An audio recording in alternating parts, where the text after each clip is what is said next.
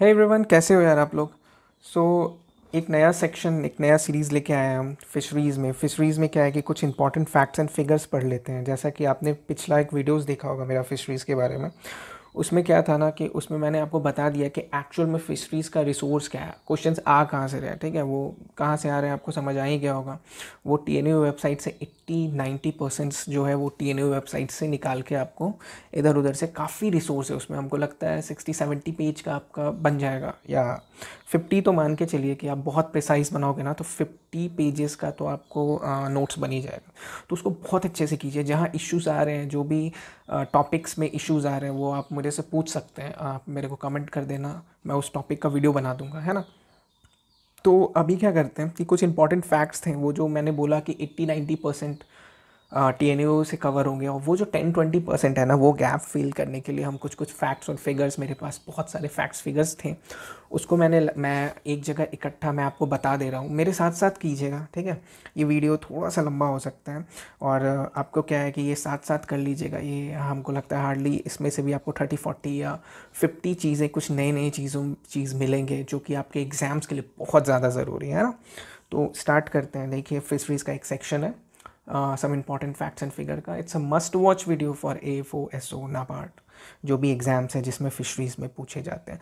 अगर आप सिर्फ फ़िशरीज़ के कोई पेपर दे रहे हैं, उसके लिए भी वो बहुत ज़रूरी है, ये फैक्ट्स और फिगर, ठीक है। तो लेट्स गेट स्टार्टेड। स्टार्ट करते हैं। आज हम लोग एक नए ढंग से पढ़ेंगे, ठीक है।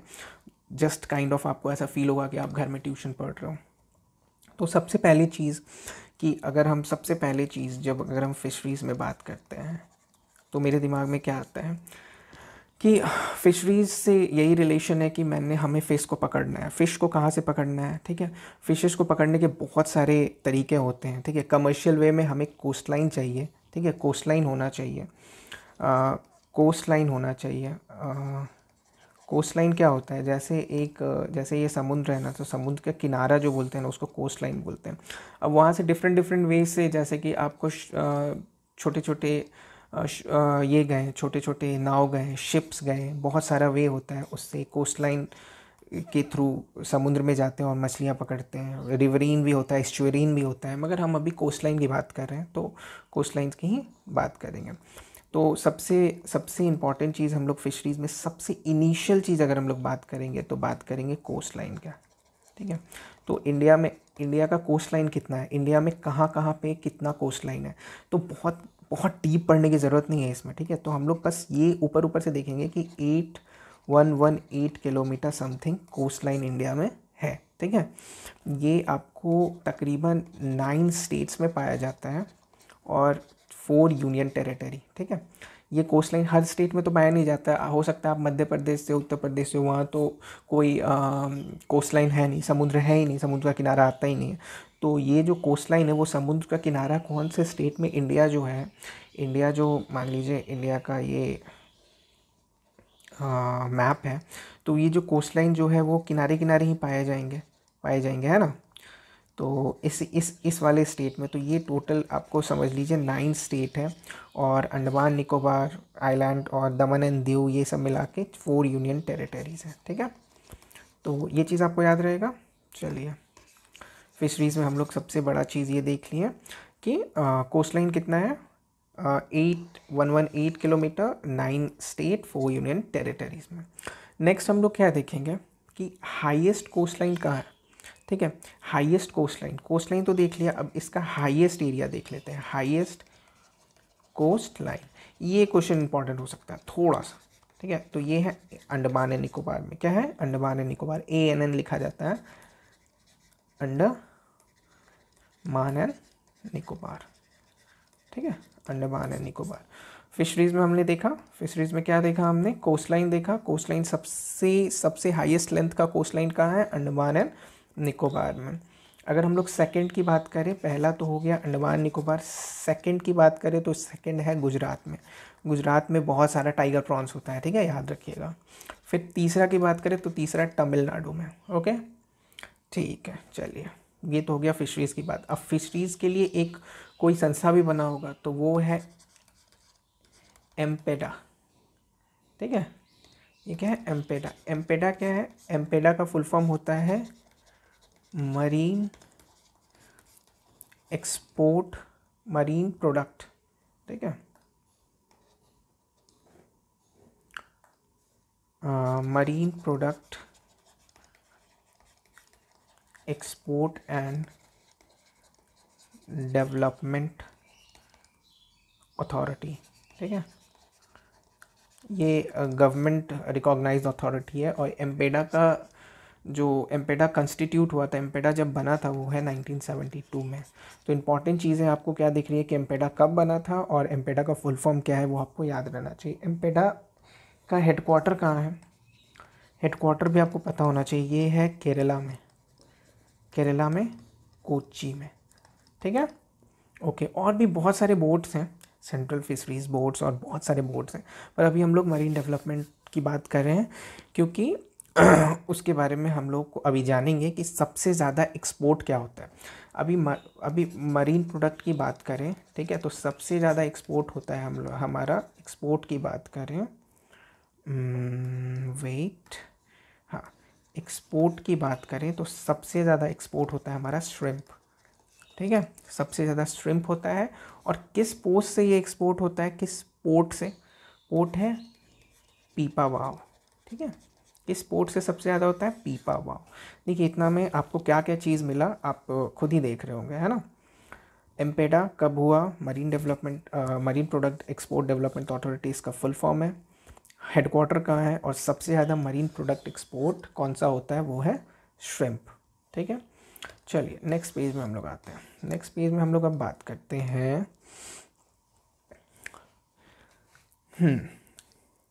नेक्स्ट पेज में हम लोग बात करते हैं फिशेस की, फिशेस, ठीक है। फिशेस में हम लोग क्या देखेंगे, फिशेस में जनरली अगर हम लोग बात करें प्रोटीन कंटेंट की, ठीक है, प्रोटीन कंटेंट की, प्रोटीन कंटेंट के बारे में क्वेश्चन आया था 2018 में, 2018 AFO में, ठीक है। तो protein content generally on an average 16 से 20% पाया जाता है प्रोटीन, ठीक है, फिश में। पर हाईएस्ट प्रोटीन कंटेंट फिश कौन सा है, हाईएस्ट प्रोटीन कंटेंट फिश, ये क्वेश्चन आया था AFO में, ठीक है। तो इसका नाम है ट्यूना, क्या है, ट्यूना। ट्यूना एक मछली होती है, ट्यूना फिश, ठीक है, ये हाईएस्ट प्रोटीन इसमें होता है, ठीक है। अब चलिए हाईएस्ट प्रोटीन की अगर हम लोग बात कर ही लिए तो फिशेस में हाईएस्ट एनर्जी की भी बात कर लेते हैं। हाईएस्ट एनर्जी किस फिश से मिलता है, तो हमारा नाम है लॉबस्टर, लॉबस्टर से हाईएस्ट एनर्जी मिलता है, ठीक है। अब फिशेस में कुछ फिश होते हैं वार्म ब्लडेड, कुछ होते हैं कोल्ड ब्लडेड, बहुत कम होते हैं, जनरली कोल्ड ब्लडेड होते हैं, बहुत कम वार्म ब्लडेड होते हैं। उसमें वार्म ब्लडेड में हमारा जो है वो है मून फिश, ठीक है, moon fish is a warm blooded, ठीक है। अगर हमें फ़िश को फ्रोज़न करना हो, अगर हमें फ्रीज़ करना हो, ठीक है, अगर हमें फ़िश को फ्रीज़ करना हो, फ्रीज़ तो करना होगा ना, मान लीजिए हम समुद्र के बीच से ला रहे हैं, ठीक है, तो 2 दिन 3 दिन तो शिप को आने में लग जाएगा। तो उसके लिए समुद्र जो शिप होता है ना, वो जो शिप होता है उसमें एक कंटेनर बना रहता है, ठीक है, जहाँ के फ्रोज़न एरिया बना रहता है। तो उस कंटेनर का नाम, उस कंटेनर का आपको ये जो टेम्परेचर है 18 डिग्री, -18 डिग्री से कम होना चाहिए, ठीक है, -18 डिग्री से कम होना चाहिए फ्रीज़ करने के लिए हमारा एक टेम्परेचर है। वहीं पे एक आपको जापानीज़ फिशिंग वेसल होता है, ठीक है, उसका पता है आपको कितना होता है, -50 से 60 डिग्री, ठीक है, -15 से 16 डिग्री जापानीज़ वेसल्स का, जापानीज़ वेसल का, ठीक है। तो ये चीज़ें आपको याद रखने वाली चीज़ है। इसमें क्या क्या मैंने देखा, फिशेस में प्रोटीन कंटेंट कितना होता है, ये क्वेश्चन आया हुआ है, ठीक है। हाईएस्ट प्रोटीन कंटेंट ट्यूना में है, हाईएस्ट एनर्जी लॉबस्टर में है, वार्म ब्लडेड मून फिश है, और फ्रीज़ करने के लिए 18 डिग्री -18 डिग्री एंड बेलो रहता है, और फ्रीजिंग टेम्परेचर एक जापानीज़ वेसल होता है उसका कितना है आपको, -50 से 60 डिग्री, ठीक है। चलिए अब फिशेस के बारे में हम लोग और भी कुछ जानेंगे। फिशेस के बारे में, फिशेस पहले आपको पता है फिशेस सबसे पहले एग से आता है ना। एग के बाद क्या बनता है, एग के बाद हैचलिंग बनता है, हैचलिंग, ओके। हैचलिंग के बाद अब स्पॉन बनता है, ओके। स्पॉन के बाद फ्राई बनता है ना। फ्राई के बाद फिंगरलिंग बनता है, फिंगरलिंग। और उसके बाद क्या बोलता है, जुवेनाइल। ठीक है, ये होता है आपको 6 स्टेज। फिशेस का कितना स्टेज होता है, 6 स्टेजेस होते हैं आपको फिशेस के। ठीक है, अब फिशेस के जो 6 स्टेजेस हैं उसमें हम लोग क्या देखेंगे कि सबसे पहले तो एग आ गया, चलिए कोई दिक्कत नहीं है। उसके बाद हैचलिंग आया। हैचलिंग क्या होता है, हैचलिंग में क्या होता है कि इसमें यॉल्क सैक होता है, यॉल्क सैक। ठीक है, जो अंडा रहता है, अंडा के अंदर जो यॉल्क बोलते हैं ना येलो कलर का, वैसा यॉल्क सैक बना रहता है। अगर वो यॉल्क सैक है तो आप समझ लीजिए कि वो हैचलिंग है। अब बोलेगा कौन से स्टेज में mouth not formed, mouth not formed, तो आप बोलिएगा हैचलिंग स्टेज में माउथ जो है वो नहीं बना हुआ होता है। ओके, ठीक है, हैचलिंग स्टेज में माउथ नहीं बना हुआ था, एक यॉल्क सैक काइंड ऑफ स्ट्रक्चर होता है। ठीक है, 2 चीज़ हमें इसमें देखा गया। स्पॉन क्या होता है, स्पॉन जो होता है वो जनरली 2 से 3 वीक के फिशेस को स्पॉन बोलते हैं। ठीक है, 2 से 3 वीक के फिशेस को स्पॉन बोलते हैं। ठीक है, अब क्या होता है स्पॉन में, क्या होता है कि स्पॉन में हम लोग 10 से 11 दिन रखते हैं, 10-11 डेज रखते हैं स्पॉनिंग फेज़ में। उसके बाद हम लोग उसको फ्राई फेज़ में भेज देते हैं। फ्राई फेज़ में क्या होता है कि 1 से 2 सेंटीमीटर का फ़िश हो जाता है, 1 से 2 सेंटीमीटर का बड़ा हो जाता है फ़िश। ठीक है, अब फिंगरलिंग में क्या होता है, फिंगरलिंग में वही फ़िश 10 से 15 सेंटीमीटर का हो जाता है, तो उसको एक फिंगरलिंग स्टेज बोलते हैं। ठीक है, और इसके बाद अगर ये एडल्ट हो जाता है, वो बड़ा हो जाता है, 15 सेंटीमीटर से बड़ा हो जाता है, तो उसको जुवेनाइल स्टेज बोलने लगते हैं। ठीक है, हाँ, अब इसके बाद हम लोग इसको ना पॉन्ड में डाल देते हैं, इसके बाद हम लोग पॉन्ड में डाल देते हैं। ठीक है, उसके बाद वो रेयर होता है, उसके बाद वो बड़ा होता है। ठीक है, इसमें हम लोगों ने क्या क्या देखा, एग है, हैचलिंग है, हैचलिंग स्टेज में यॉल्क सैक आया, यॉल्क सैक में क्या होता है माउथ नहीं बना रहता है, हैचलिंग स्टेज में क्या होता है माउथ नहीं बना रहता है। स्पॉनिंग क्या होता है 2-3 वीक्स के होते हैं, तो स्पॉनिंग होती है, इसमें 10 से 11 दिन रखते हैं। उसके बाद वो फ्राई फेज़ में आ जाता है। फ्राई फेज़ का कैरेक्टरिस्टिक क्या है, 1 से 2 सेंटीमीटर। फिंगरलिंग का कैरेक्टरिस्टिक क्या है, 10 से 15 सेंटीमीटर। और जुवेनाइल का क्या है, मोर देन 15 सेंटीमीटर। ठीक है, इसमें एक और फैक्ट आता है कि SPAW स्पॉनिंग। ठीक है, स्पॉनिंग, ये जो हम लोग स्पॉन देख रहे हैं ना, उसी की बात करें स्पॉनिंग। तो पूछते हैं कि व्हाट इज़ स्पॉनिंग। ठीक है, तो स्पॉनिंग क्या होता है कि spawning is a process of releasing the egg and sperm and act of both sexes. ठीक है, स्पॉनिंग क्या होता है, it's a process of releasing an egg and and sperm and act of sexes.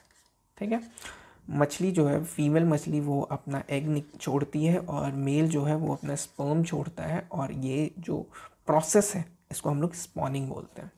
Okay, चलिए next page में चलते हैं। Spawning तो हम लोग समझ गए, नेक्स्ट पेज में चलते हैं। हाँ, अब हम लोग पढ़ेंगे पॉन्ड के बारे में, फिश पॉन्ड। ठीक है, क्या पढ़ेंगे, पॉन्ड के बारे में। अब क्या होता है कि पॉन्ड भी बहुत अलग अलग प्रकार के होते हैं। ठीक है, उसमें क्या होता है, पॉन्ड आपको 3 प्रकार में कैरेक्टराइज्ड है।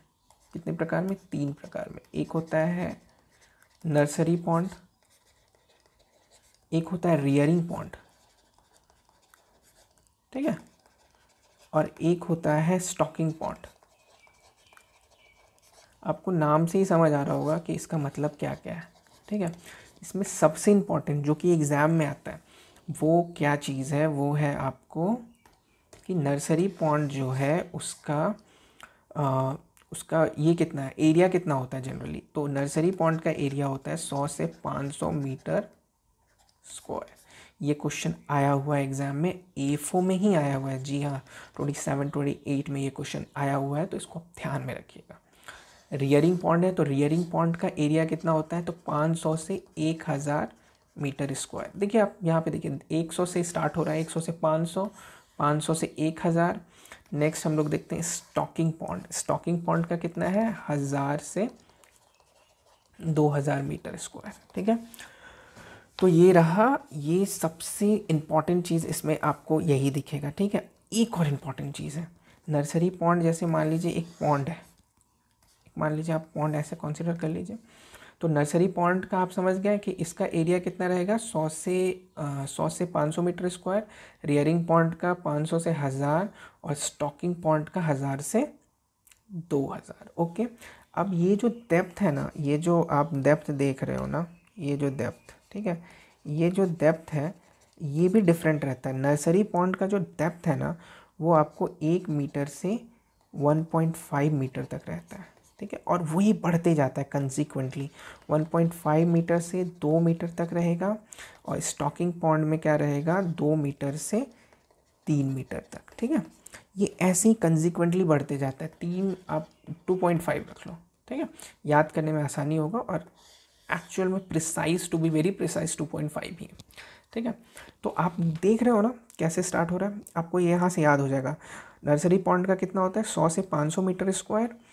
आपको रियरिंग पॉन्ड का होता है 500 से 1000 मीटर स्क्वायर, और स्टॉकिंग पॉन्ड का होता है एरिया 1000 से 2000 मीटर स्क्वायर। ठीक है, अब यही हम लोग बात करते हैं डेप्थ का।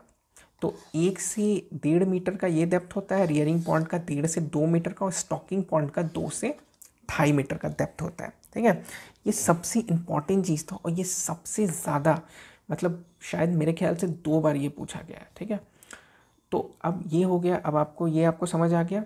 हाँ, इसमें सबसे इम्पॉर्टेंट चीज़ ही मैं आपको पढ़ा रहा हूँ। ठीक है, अब आप बोलोगे नर्सरी पॉन्ड में कैसे किस तरह के मछलियों को रखा जाता है। ठीक है, किस एज के मछलियों को रखा जाता है, मे बी आपके दिमाग में ये क्वेश्चन उठ रहा होगा। हाँ, तो याद रखिए कि स्पॉन से फ्राई स्टेज जो हमने देखा था। ठीक है, स्पॉन से फ्राई, हाँ, ये जो है स्पॉन, और ये फ्राई। स्पॉन से फ्राई स्टेज में हम लोग नर्सरी पॉन्ड में रखते हैं। ठीक है, स्पॉन से फ्राई स्टेज में हम लोग नर्सरी पॉन्ड में रखते हैं। ओके, फिर रियरिंग पॉन्ड में हम लोग किसको रखते हैं, फ्राई से फिंगरलिंग। और स्टॉकिंग पॉन्ड में, जैसा कि आपको नाम आपको समझ आ रहा होगा, फिंगर लिंग के बाद से जुवेनाइल जो होता है वो स्टॉकिंग पॉन्ड में रखते हैं हम लोग। ठीक है, तो ये था आपको बहुत इंपॉर्टेंट चीज़ जो पॉन्ड के बारे में जो आपको पता रहना चाहिए था।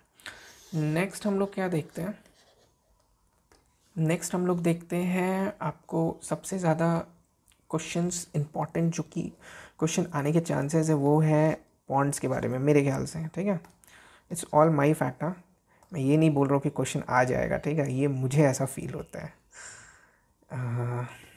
Wait a minute. हाँ, तो अब क्या है, पॉन्ड बहुत प्रकार के होते हैं। ठीक है, एक होता है अनड्रेनेबल पॉन्ड। अनड्रेनेबल पॉन्ड क्या होता है पता है, जिस पॉन्ड को हम लोग कभी ना खाली नहीं करते हैं, वो ड्रेन नहीं होता है। ठीक है, तो अनड्रेनेबल पॉन्ड जो होता है ना उसका एक अलग कैरेक्टरिस्टिक होता है। हाँ, उसमें क्या होता है कि उसका एक ऑप्टिमम साइज़ होता है। ऑप्टिमम साइज़ क्या होता है, 0.02 हेक्टेयर से 2.5 हेक्टेयर तक। ठीक है, एक ऑप्टिमम साइज़ होता है। होता क्या है ना कि एक प्रोटोकॉल टाइप बनाया गया है। हाँ, कि अगर आपका पॉन्ड ड्रेन नहीं होता है, जैसे क्या होता है ना कि ड्रेनेबल पॉन्ड जो होता है जिसको हम लोग ड्रेन करते हैं, वो 4 से 5 साल बाद या 5 से 7 साल बाद हम लोग डी वाटर कर देते हैं। क्या करते हैं कि पानी पूरा हटा देते हैं, है ना, और फिर से नया पानी डालते हैं। कुछ पॉन्ड होते हैं जहाँ पानी हम लोग हटाते नहीं है, तो उसका भी एक ऑप्टिमम चीज़ है। ऐसा नहीं है कि आप 10 हेक्टेयर का आप उस पॉन्ड को बना दो, कि 10 हेक्टेयर का बना दो, नहीं, ऐसा नहीं हो सकता। उसका ऑप्टिमम साइज़ इतना ही होना चाहिए। ठीक है, उसकी पीएच जो है ना वो कभी एसिडिक नहीं होना चाहिए, वो उसका पीएच हमेशा 7 से 9 के बीच में होना चाहिए। ठीक है, अब उसका डेप्थ है, तो अनड्रेनेबल पॉन्ड का एक डेप्थ होना चाहिए जो 50 से 250 सेंटीमीटर तक का ही डेप्थ होना चाहिए। ठीक है, ओके, ठीक है। अब हम लोग कुछ बात करेंगे कंपोजिट फिश कल्चर के बारे में। क्या बात करेंगे, composite fish culture. Composite fish culture क्या होता है, इसको बोलते हैं पॉलीकल्चर। पॉलीकल्चर क्या होता है, अगर हम 2 3 4 वैरायटी के फिशेस को एक साथ अगर हम लोग कल्चर कर रहे हैं, ठीक है, एक साथ हम लोग रख रहे हैं, स्टॉक कर रहे हैं, एक साथ प्रोड्यूस कर रहे हैं, तो उसको बोलते हैं कंपोजिट फिश कल्चर, ठीक है। कंपोजिट फिश कल्चर भी बहुत डिफरेंट होता है।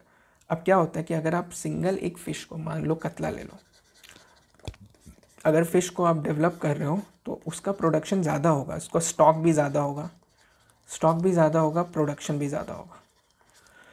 मगर अगर आप कतला रोहू प्लस मृगल कर रहे हो, एक साथ कर रहे हो, तो उसका स्टॉक और प्रोडक्शन अलग अलग होगा, है ना। तो अगर हम लोग पॉलीकल्चर की बात करें, ठीक है, तो अगर पॉलीकल्चर में क्या है, रेट ऑफ फिश प्रोडक्शन हम लोग देखेंगे, रेट ऑफ फिश प्रोडक्शन।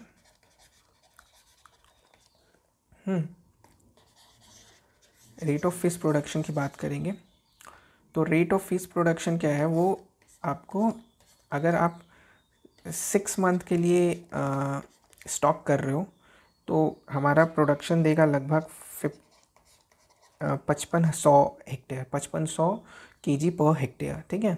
अगर आप 8 मंथ के लिए कर रहे हो, ठीक है, तो आपको देगा 7200 केजी पर हेक्टेयर। और अगर आप 12 मंथ या 10 मंथ के लिए कर रहे हो, ठीक है, 10 मंथ के लिए कर रहे हो, तो आपको देगा 10,000 केजी पर हेक्टेयर।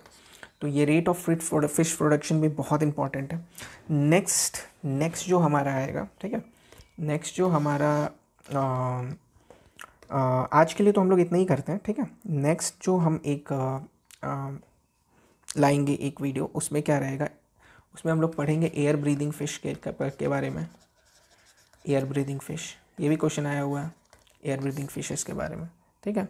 आपके पास पॉन्ड्स के बारे में और पढ़ेंगे, पॉन्ड्स के बारे में क्या पढ़ेंगे, रिनोवेशन कितने साल में होता है, हाँ, फिर से हम लोग क्या क्या उसमें करते हैं, ठीक है, डी वाटर कितने साल में होता है, ये सब हम लोग पढ़ेंगे।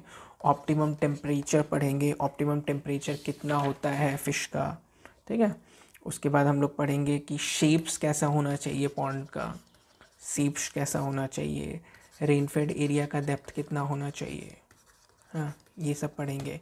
हम लोग इंडियन मेजर कार्प के बारे में पढ़ेंगे। इंडियन मेजर कार्प पता है ना क्या है, वो है कतला, रोहू, मृगल, ठीक है। इसी साल आपको पता ही है कि सिल्वर कार्प का बॉटनिकल नेम पूछा था, ठीक है। तो ऐसे ऐसे क्वेश्चन जो भी बहुत सिंपल से क्वेश्चन है, वो हम लोग नेक्स्ट वीडियो में कवर करेंगे, ठीक है। तो आज के लिए हम लोग इतना ही करते हैं, आज हम लोग इसको यहीं तक रखते हैं और मिलते हैं हम लोग नेक्स्ट वीडियो में, ओके, चलिए।